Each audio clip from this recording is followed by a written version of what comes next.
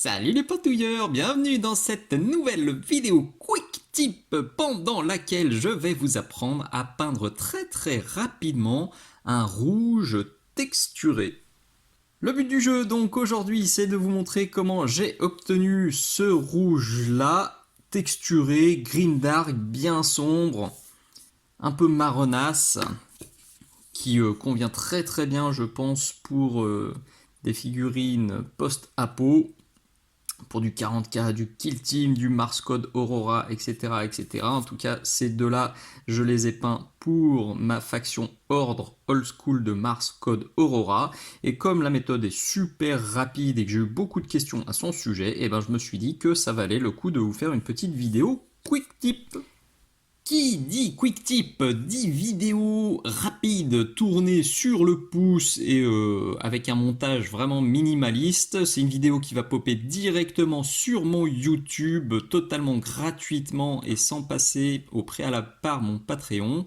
Par contre, ça va être du format court, donc je vais vous donner les grandes étapes, je vais vous donner les techniques, mais je ne vais pas filmer le processus de peinture. Si le rendu vous intéresse et si ma méthode rapide vous intéresse, il faudra aller voir cette vidéo-là, qui est la vidéo exclusive pour laquelle mes abonnés ont voté en mai 2022, et là où vraiment je filme tout, et c'est beaucoup plus détaillé. Mais voilà, comme c'est une vidéo pour laquelle, comme c'est un sujet pour lequel mes abonnés ont voté, pour que ce soit une exclue, je trouverais ça fort déplacé de refilmer tout le processus, mais avec du rouge. Donc là, je vous donne la recette, je vous donne les astuces, mais pour toute la phase de peinture et pour toutes les étapes vraiment filmées de peinture, ça se passera donc sur mon Patreon. Notre cobaye du jour, c'est cette figurine encore en métal et bien old school, de la même époque que les deux petits gars qui sont là. Un immense merci à Alexandre Valette de l'excellente boutique Hobby Shop qui m'a envoyé cette relique qui me plaît énormément et qui va me servir donc pour apporter un peu de renfort à ma bande old school pour Mars Code Aurora. Je cherche encore plein de pitous en métal de cette époque, des troupes, des persos, des totors, etc. Si vous aussi vous en avez qui traînent à la maison et qui ne vous servent pas, eh ben, n'hésitez pas à me contacter, soit dans la description de cette vidéo, vous trouverez le lien vers le blog Minisocle sur lequel il y a un formulaire de contact, soit vous pouvez directement me mettre dans les commentaires de cette vidéo que vous cherchez à me joindre et on trouvera volontiers une solution. Encore merci Alex, ce pitou va être bien utile, il va servir aujourd'hui pour l'armure, je pense que je ferai un petit tuto sur un freehand sur le gantelet et probablement aussi pour le socle, donc vous le reverrez fréquemment. La première étape de cette méthode de rouge ultra rapide, vous le voyez, elle a consisté à sous-coucher intégralement ma figurine avec la bombe de Chaos Black de chez Citadel Games Workshop. Là, le but est d'avoir un noir bien uniforme, pas trop épais, très important. Il y a beaucoup d'étapes, même si elles sont rapides, il y a quand même pas mal d'étapes dans ce tuto, donc il faut pas empâter les détails dès la sous-couche, sinon c'est la galère.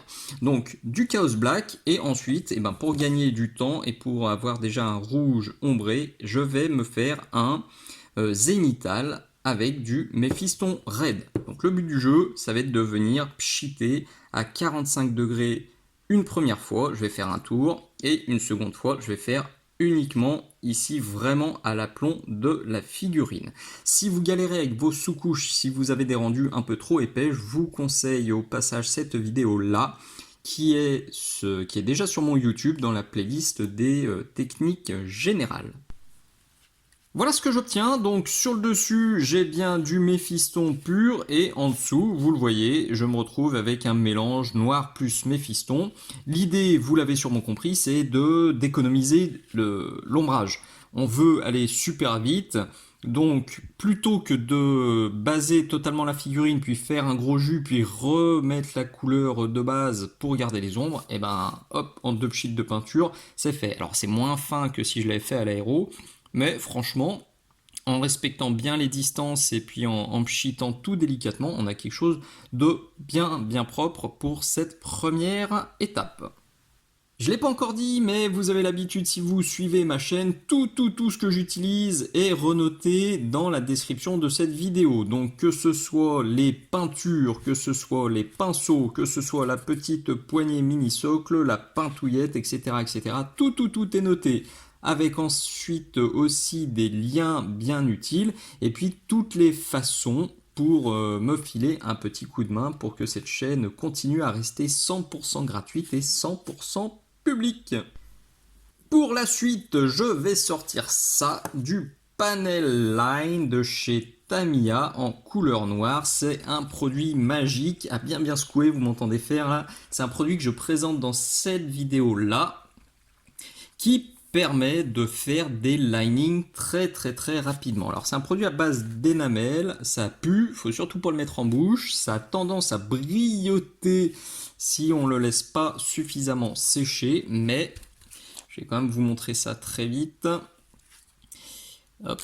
Alors il y a un petit pinceau en fait qui est à l'intérieur, qu'on voit pas, qui est là. Alors si on veut pas en foutre de partout non plus, il faut tremper et bien frotter le petit pinceau. Je vais essayer de me mettre à l'écran quand même. On le frotte un peu sur le bord pour en virer. Et ensuite, vous avez juste à mettre ça dans un coin. Genre là. Et vous voyez, le lining, en fait, il se fait tout seul. Ça remonte par capillarité dans les creux. C'est super pratique. Alors, quand les creux sont très marqués, ça se fait très facilement. Là, on est quand même sur un pitou avec des creux qui sont parfois pas super nets. Donc parfois c'est un peu plus galère, il faut le pousser un peu, il ne faut pas hésiter à diffuser un peu, à se balader un peu, mais ça fait quand même vraiment le job, c'est 1000 fois plus rapide que si je devais faire ça avec une encre ou un Ulnoil ou un Strong Tone ou un Dark Tone, un truc comme ça. Là, ça va super vite. Hop, je vais mettre ça à 2-3 endroits. Enfin, 2-3, non, j'exagère. Je vais mettre ça à une vingtaine d'endroits. Vous voyez là, juste le temps que je parle, ça dure 20 secondes. Et les linings sur les jambes sont déjà faits. Hop. Bon, c'est un peu flou, là, je le vire. Tac. Hop, je le mets là. Si vous laissez appuyer, en fait, plus vous laissez appuyer, plus vous appuyez sur votre petit pinceau. Ouh, la méga boulette! Et plus ça diffuse. Bon, celle-là, là, pardon. Heureusement, il y a toujours un carré de sopalin pas bien loin. On nettoie gentiment. Et puis, de toute façon, vous l'avez compris, je vais simplement faire ça de partout. Le gros avantage avec l'énamel, c'est que quand on fait une boulette dans ce genre, eh ben, c'est vraiment pas grave parce qu'il suffit de reprendre du diluant. Moi, en l'occurrence, j'avais ça sous la main, l'essence de pétrole. Le tout, oui, j'ai mis sur un petit coton-tige et puis j'ai simplement frottouillé comme ça et ça a viré tout ce qui avait débordé sur les jambes. Bon bah simplement voilà, normalement c'est une étape qui me prend même pas une minute, là ça m'a pris 2 minutes. Très important, il faut bien laisser sécher cette étape là pour que ça bouge plus et pour atténuer au maximum l'effet un peu brillant que là j'ai pas trop eu encore sur celle-ci. C'est un peu plus flagrant, c'est un peu plus satiné dans le dos, mais je me souviens que sur celui-là c'était super brillant, c'était pas très joli. Je pense que j'avais pas assez secoué. Donc là je vais mettre ça un petit peu au soleil. Quand on est en hiver, et ben je mets ça sur le radiateur. Et quand je suis très pressé, je passe un coup de sèche-cheveux. Mais là, je suis en train de travailler sur 2 autres pitous exactement en même temps et en parallèle. Donc là, il va aller au soleil une demi-heure, 1 heure, voire plus, hein, jusqu'à ce que je me souvienne qu'il est dehors. Et puis, une fois que c'est prêt, une fois que ça me semble bien sec, on pourra rééclaircir notre armure. Voilà, il a fait bronzette, c'est bien sec et on a quasiment plus du tout l'effet brillotant, donc c'est nickel. Donc là, en gros, entre la sous-couche noire, le zénithal Méphiston et le lining, On en est à 3 minutes de peinture. On a déjà une hiérarchisation de la lumière puisque le haut est beaucoup plus clair que le bas. On a des bases qui sont propres. On a un lining qui est déjà propre et qui est de partout. Franchement, j'ai déjà vu des armées peintes avec un niveau qui était pas beaucoup plus élevé que ça et c'était déjà tout à fait jouable et tout à fait convenable sur la table de jeu. On reprend les détails et basta. On va quand même, évidemment, vous l'avez vu sur la bannière et sur la page Facebook Minisoc, si vous y êtes abonné, et ben on va quand même pousser le détail et notamment on va faire mumuse avec de la mousse de blister. Je sors du Méphiston Red, il est là sur la palette, une pince ultra fine que vous trouverez aussi dans la description de la vidéo et sur la boutique Minisoc, et puis un bout de mousse de blister, c'est quelque chose que je vous montre régulièrement. Là, ce qui est important, c'est de former, hop là, t'en vas pas, un petit tampon. Moi, je fais toujours comme ça, vous voyez, quelque chose d'assez pointu, d'assez fin pour avoir plus de contrôle. Si jamais on le prend comme ça, il veut pas. Si on prend comme ça, on en fout de partout. Moi, j'essaye de faire quelque chose quand même un peu plus fin, un peu dans ce genre. La peinture est légèrement diluée, elle est détendue. On va dire qu'il y a 2 gouttes de peinture pour une goutte d'eau. Si vous utilisez de la peinture trop épaisse, ça va encrouter votre figurine. Vous allez donner vraiment un grain qui n'est pas forcément très agréable. En tout cas, moi, ça me plaît pas. Mais si vous diluez trop, en fait, vous allez trop estomper la peinture au fur et à mesure que vous allez tapoter. Ça va faire juste un film et vous aurez au final pas de texture du tout. Ça va faire un peu aquarelle et c'est pas le résultat qu'on cherche. Là, on veut quand même un truc un peu grimdark, un peu texturé. Donc ça, je le prends et je vais le tapoter sur l'intégralité de la figurine en forçant quand même plutôt sur le haut des zones. Mais tout va être tapoté avec ça, notamment les petites zones, vous le voyez peut-être, là où le liner a un petit peu débordé, là juste au-dessus de la genouillère.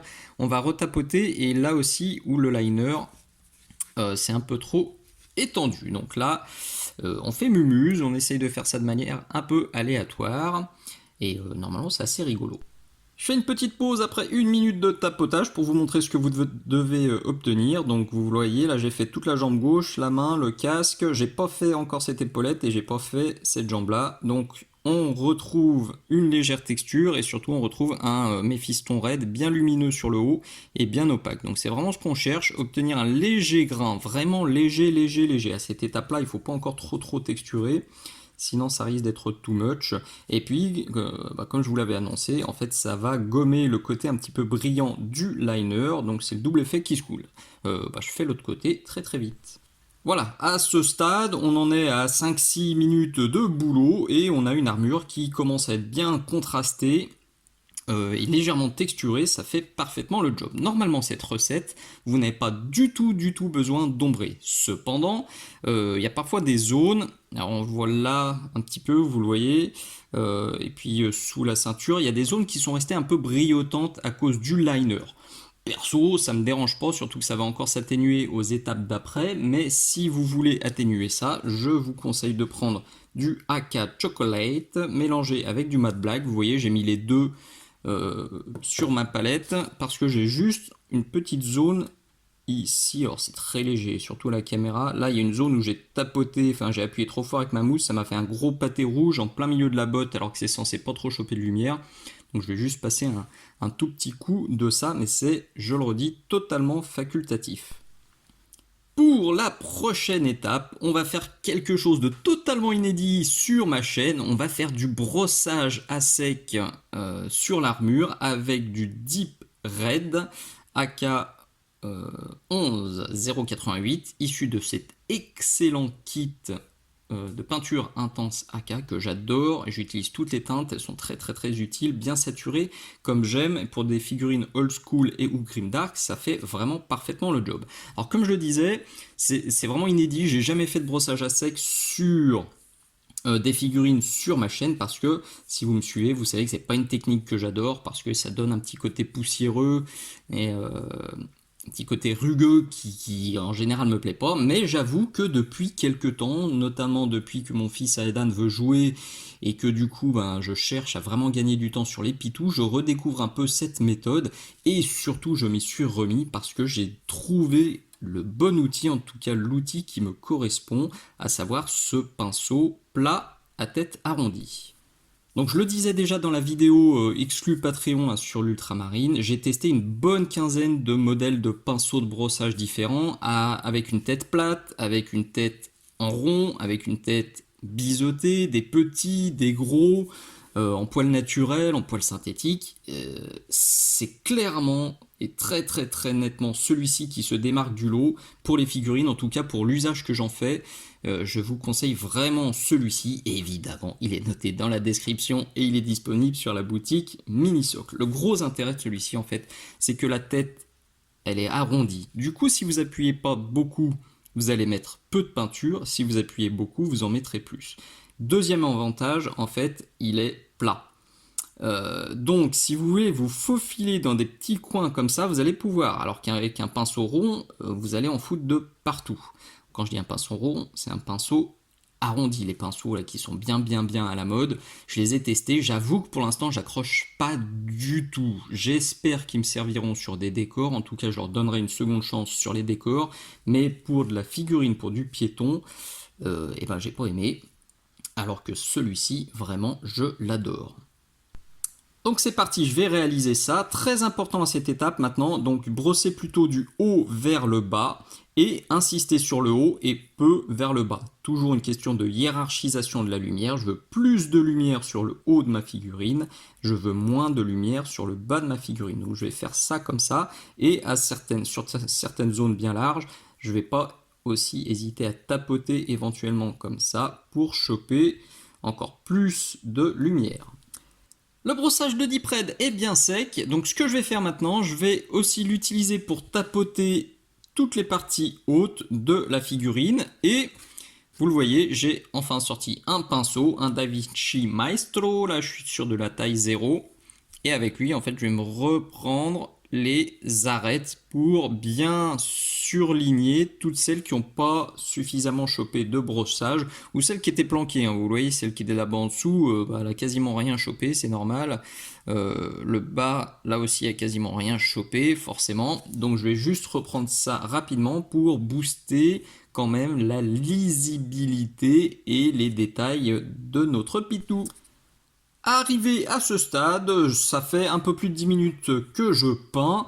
Là, on commence à voir apparaître la texture de manière plus franche, donc c'est cool.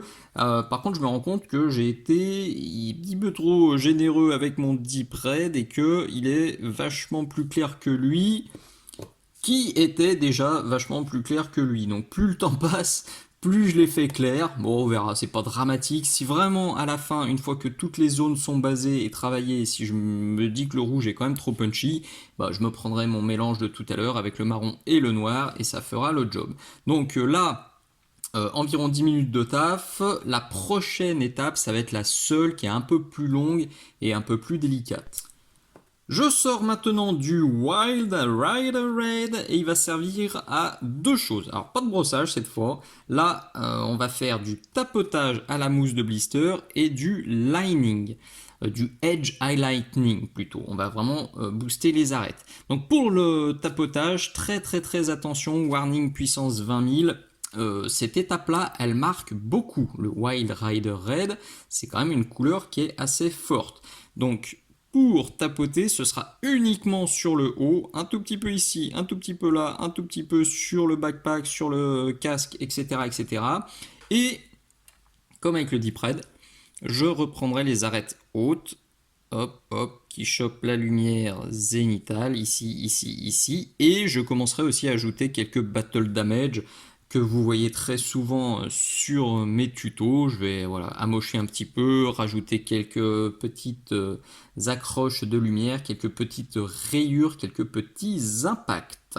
Donc là, je le redis, cette étape-là, je pense que c'est à peu près peut-être 5-10 minutes, rien que cette étape-là, parce que c'est vraiment celle qui va booster totalement la lisibilité de votre pièce et le contraste de votre pièce, donc n'hésitez pas à y passer un petit peu plus de temps. Toutes les étapes ultra crado de ce tuto sont terminées, donc j'ai basé un peu les autres zones de la figurine. C'est très important pour savoir si mon rouge est assez contrasté, si je veux encore le travailler, si je veux encore l'ombrer. Vous le savez, normalement quand je peins une figurine, je base toutes les zones avant de les travailler. Évidemment, là, vu que j'ai fait du brossage, du tapotage et du cradouillage, j'allais pas baser tout le reste, mais maintenant que le gros chantier est fini, eh ben, j'ai pu le faire.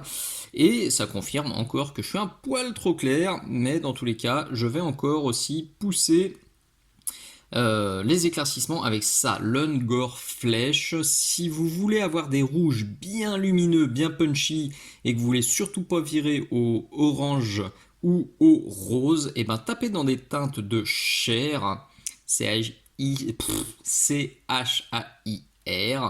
parce que ça permet de faire des petits points de lumière super naturels qui fonctionnent très bien sur le rouge. Donc je vais utiliser ça pour me reprendre quelques arêtes uniquement sur le haut de la figurine et puis pour claquer quelques petits battle damage. Et voilà le résultat final. Je suis vraiment très content de cette recette de rouge ultra rapide. Il m'a fallu 25 minutes du coup pour faire l'intégralité de l'armure rouge. Et je trouve que le compromis temps passé rendu final est excellent. Franchement, moi ça me convient. C'est rare que je sois satisfait de mes pitous, mais là franchement je kiffe quand je me dis que là j'ai passé 25 minutes, bon plus tous les petits machins que j'ai fait à côté, et je suis bien content et j'ai hâte de le terminer pour que celui-ci rejoigne la table de jeu. Encore un immense merci à Alexandre de m'avoir envoyé cette figurine. Si cette vidéo vous a plu, si ma chaîne vous plaît, pensez bien, je le redis, à vous abonner. C'est très important les abonnements. Pensez à liker les vidéos qui vous plaisent. Pensez à parler de la page YouTube, de la page Patreon et de la boutique Minisocle à tous vos petits copains pentouilleurs.